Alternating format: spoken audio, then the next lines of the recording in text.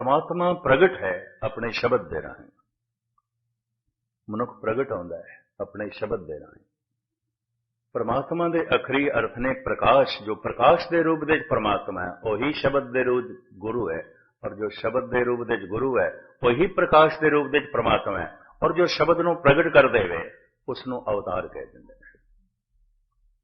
गीता दे राहें परमात्मा दा ज्ञान प्रगट होया तो कृष्ण अवतार श्रेणी च आ गए।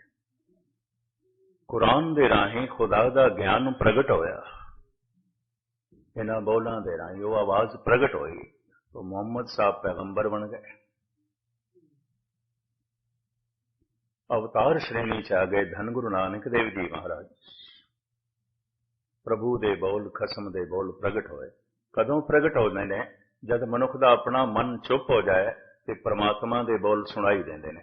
जिन्हों सुनाई देन लग पैन संत है, भगत है, पर जिहड़ा सुन के प्रगट भी कर सके उन्होंने अवतार कहते हैं, उन्होंने पैगंबर कहते हैं, कोई अवतारी पुरुष। एक छोटी जी गाथा दे राही मैं इसनों स्पष्ट करके समाप्ति करते हैं। जैसे हरनाकश के घर भगत प्रहलाद, गुरु ग्रंथ साहब जी महाराज की बाणी कहती कल्ली धरती दे जिवें कमल का फुल पैदा हो गया, कल्ली धरती दे हरनाकश के घर इन्ना वड्डा भगत। इस तरह औरंगजेब के घर जेबुल नसा पैदा हो गई सी, उहदी बच्ची बड़ी धार्मिक सी। जिस तरह दुष्ट हरनाकश का यह बच्चा ब्रह्मज्ञानी होया है, इस तरह महान जालिम उस बादशाह की बच्ची बड़ी धार्मिक सी। शायद आपनों पता होवे इन्हें उपनिषदां का तर्जमा जो है ट्रांसलेशन की सी, पर्शियन दे तर्जमा किया सी। फारसी दे लिखे दे ग्रंथ मिलते हैं लखनऊ म्यूजियम दे। और फिर इसने कुरान नूं ढालिया संस्कृत दे, तुसीं खुद अंदाजा लाओ, और कविता दे डालिया, नज़म दे। इन्ने विद्वान से ये विद्या भरे बहुत सारे बोल ने, किसी वक्त होया तुहाडे सामने रखांगा मुख्तसर। ये बोल एक फकीर को गांदे होया एक फकीर ने सुने, लंबा चौड़ा इतिहास है। इतना मुतासर होया, इतना प्रभावित होया, उन्हें अर्जी दे दी औरंगजेब के दरबार। आखे जिस दे अंदर ऐसा खुदाई अलहाम प्रगट होया है, मैं उहदी जियारत करनी है, मैं उहदे दीदार करना है।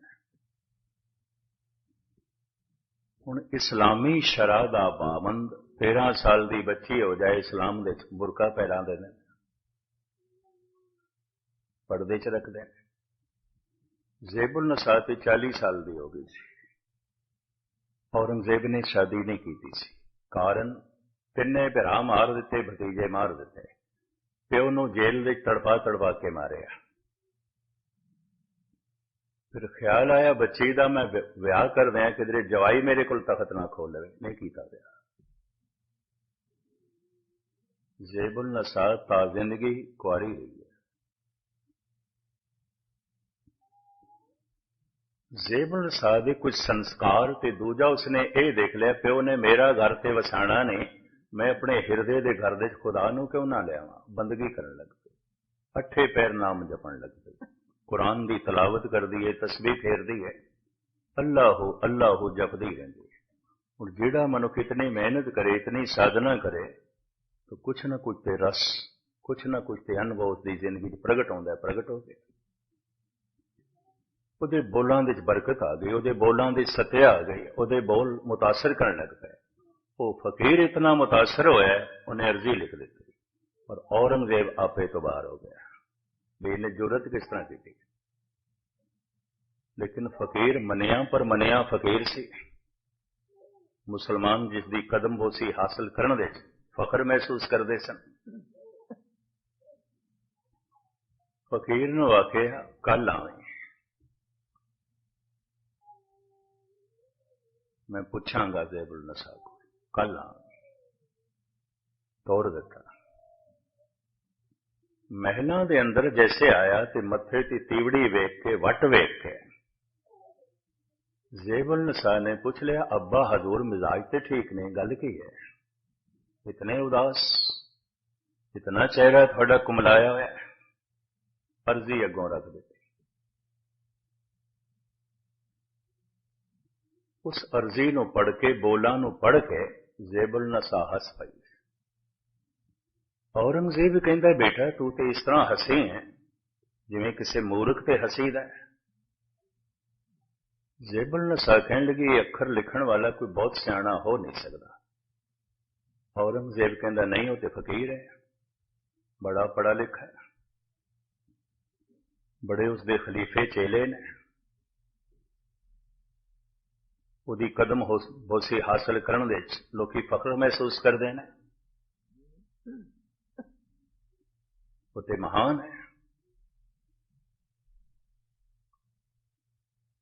जेबुल नसा ने एक दलील बड़ी प्रबल दी।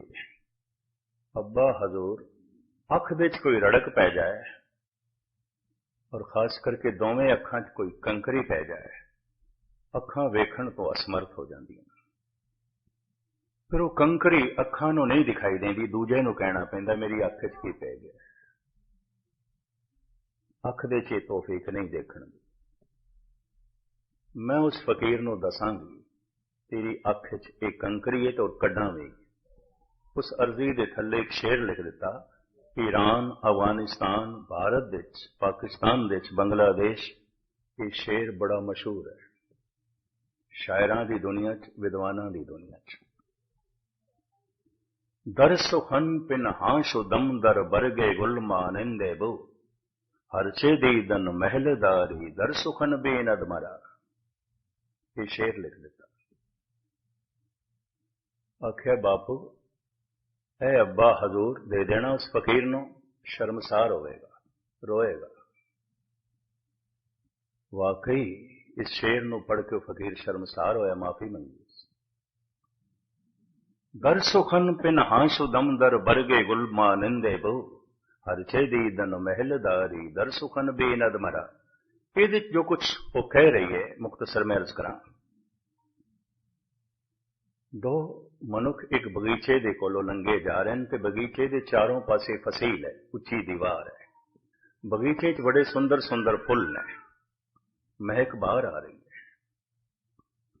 एक कहंदा है, कितनी मधुर सुंदर महक आई है गुलाब दी। दूसरा कहंदा है, किथे है गुलाब? कहंदा होवेगा किधरे, सानू महक आ गई, दिल दिमाग मुअत्तर हो गया। अगे जाके फिर कहंदा, कितनी मधुर, कितनी सुंदर महक आई है नरगिस दी, चमेली दी, मोगरे दी, पर ये किथे ने फुल, होणगे किधरे? महक आई है, मुअत्तर हो गए। जेबुल नसा कहंदी है, जिसनों महक दे फुल दे दर्शन नहीं होए, जिन्हों सुगंधी दे फुल्लां दे दर्शन नहीं होए, उन्हों फुल दे दर्शन करने का कोई हक नहीं, कोई हक नहीं।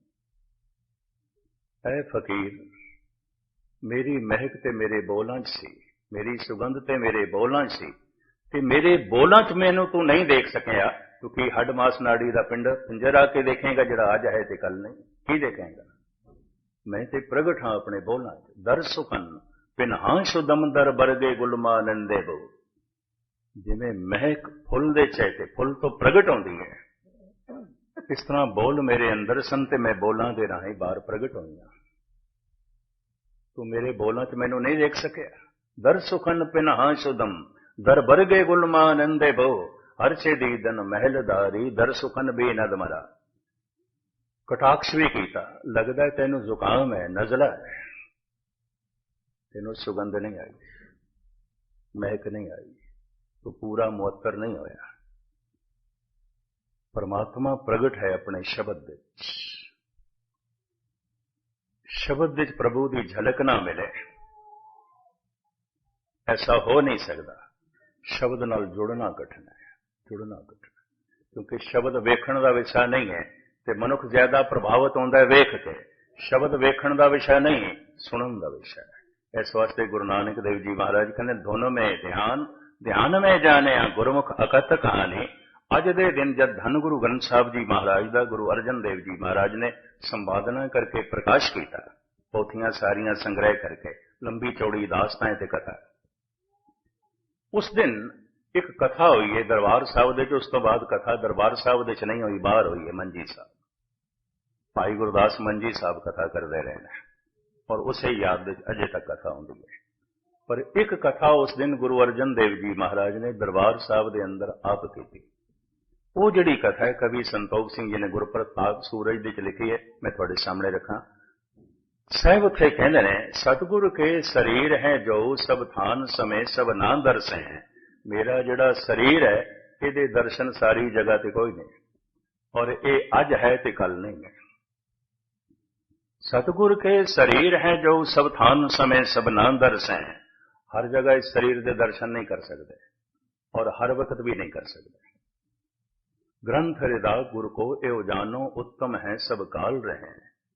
ਗੁਰੂ ਦੀ ਆਤਮਾ ਪ੍ਰਭੂ ਦੀ ਜੋਤ ਗੁਰੂ ਗ੍ਰੰਥ ਸਾਹਿਬ ਨੂੰ ਕਰਕੇ ਜਾਣੋ ਉੱਤਮ ਨੇ, ਹਰ ਸਮੇਂ ਵਿੱਚ ਨੇ, ਹਰ ਜਗ੍ਹਾ ਤੇ ਨੇ। ਜੰਗਲ ਵਿੱਚ ਬੈਠ ਕੇ ਅਗਰ ਜਪਜੀ ਸਾਹਿਬ ਦਾ ਪਾਠ ਕਿਸੇ ਨੇ ਆਰੰਭ ਕਰ ਦਿੱਤਾ ਹੈ, ਗੁਰੂ ਮੇਰੇ ਸੰਗ ਸਦਾ ਹੈ ਨਾ। ਸਫ਼ਰ ਦੇ ਚ ਹੈ, ਸੁਖਮਨੀ ਸਾਹਿਬ ਦਾ ਪਾਠ ਆਰੰਭ ਕਰ ਦਿੱਤਾ ਹੈ, ਗੁਰੂ ਮੇਰੇ ਸੰਗ ਸਦਾ ਹੈ ਨਾਲ। ਘਰ ਦੇ ਚ ਬੈਠਾ ਹੈ, ਕਾਂਤ ਦੇ ਚ ਬੈਠਾ ਹੈ, ਇਹਨੇ ਰਹਿਰਾਸ ਸਾਹਿਬ ਦਾ ਜਪ ਸ਼ੁਰੂ ਕਰ ਦਿੱਤਾ ਹੈ, ਤਾਂ ਗੁਰੂ ਮੇਰੇ ਸੰਗ ਸਦਾ ਹੈ ਨਾਲ ਹੈ। ਜੋ ਸਦਾ ਸੰਗ ਨਹੀਂ ਉਹ ਪ੍ਰਭੂ ਵੀ ਨਹੀਂ, ਜੋ ਸਦਾ ਸੰਗ ਨਹੀਂ ਉਹ ਗੁਰੂ ਵੀ ਨਹੀਂ ਹੈ।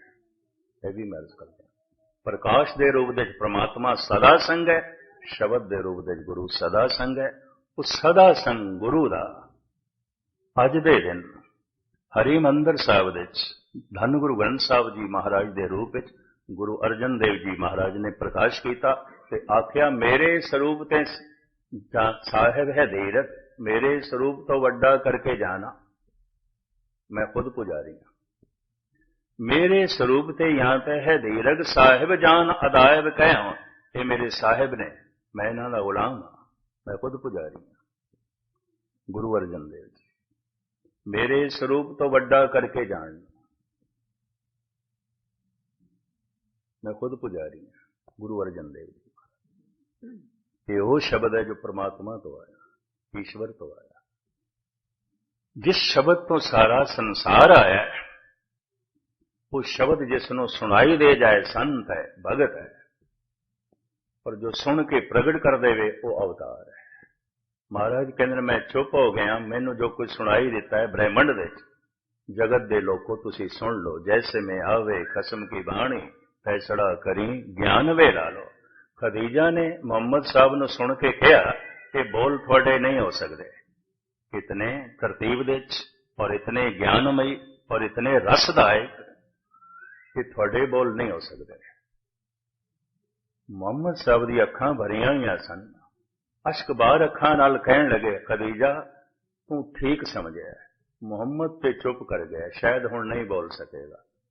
ਜੋ ਤੂੰ ਸੁਣਿਆ ਇਹ ਖੁਦਾ ਨੂੰ ਹੀ ਸੁਣਿਆ, ਮੁਹੰਮਦ ਤੇ ਹੁਣ ਨਹੀਂ ਬੋਲ ਸਕੇਗਾ। ਮੁਹੰਮਦ ਤੇ ਚੁੱਪ ਕਰ ਗਿਆ। ਗੁਰੂ ਨਾਨਕ ਦੇਵ ਜੀ ਮਹਾਰਾਜ ਕਹਿੰਦੇ ਨੇ, ਹੋ ਆਪੋ ਬੋਲ ਨਾ ਜਾਣਦਾ, ਹੋ ਕਿਹਾ ਸਭ ਹੁਕਮ ਆਪ। ਹੁਣ ਤੇ ਮੈਂ ਬੋਲਣਾ ਜਾਣਦਾ ਹੀ ਨਹੀਂ, ਗੱਲ ਖਤਮ। ਹੁਣ ਜੋ ਕੁਝ ਬੋਲਦਾ ਹੈ ਖਸਮ ਹੀ ਬੋਲਦਾ ਹੈ, ਪਰਮਾਤਮਾ ਬੋਲਦਾ ਹੈ, ਈਸ਼ਵਰ ਬੋਲਦਾ ਹੈ। ਉਸ ਈਸ਼ਵਰ ਦੇ ਬੋਲ ਸੁਣਨੇ ਜਿਸ ਨੂੰ ਨਸੀਬ ਹੋਵਨ, ਖੁਸ਼ਕਿਸਮਤ ਹੈ। ਤੇ ਜਿਸ ਨੂੰ ਜੁੜਨਾ ਨਸੀਬ ਹੋਵੇ ਉਹ ਤੇ ਜੀਵਨ ਮੁਕਤ ਹੋ ਗਿਆ, ਉਹ ਤੇ ਜੀਵਨ ਮੁਕਤ ਹੋ ਗਿਆ। ਇਤਨੀ ਸੇਵਾ ਪ੍ਰਵਾਨ ਕਰਨੀ। ਹੁਣ ਇੱਕ ਸ਼ਬਦ ਸੁਣੋ, ਆਨੰਦ ਸਾਹਿਬ ਦਾ ਪਾਠ ਤੇ ਸਮਾਪਤੀ। ਰੋਜ਼ 8 ਤੋਂ 9 ਦਾਸ ਤੁਹਾਡੀ ਸੇਵਾ ਕਰੇਗਾ, ਗਾਲਬਨ ਥਰਸਡੇ ਤੱਕ, ਵੀਰਵਾਰ ਤੱਕ। ਉਮੀਦ ਹੈ ਆਪ ਸਮੇਂ ਸਿਰ ਪਹੁੰਚ ਕੇ ਸਤਿਗੁਰ ਦੀ ਹਾਜ਼ਰੀ ਭਰੋਗੇ। ਬੁੱਲ ਚੁੱਕ ਦੀ क्षमा ਤੁਸੀਂ ਬੜੇ ਇਕਾਗਰਤਾ ਨਾਲ, ਟਿਕਾਉ ਨਾਲ ਸਰਵਣ ਕੀਤਾ। ਬਾਰ-ਬਾਰ ਸਾਰਿਆਂ ਦਾ ਧੰਨਵਾਦ।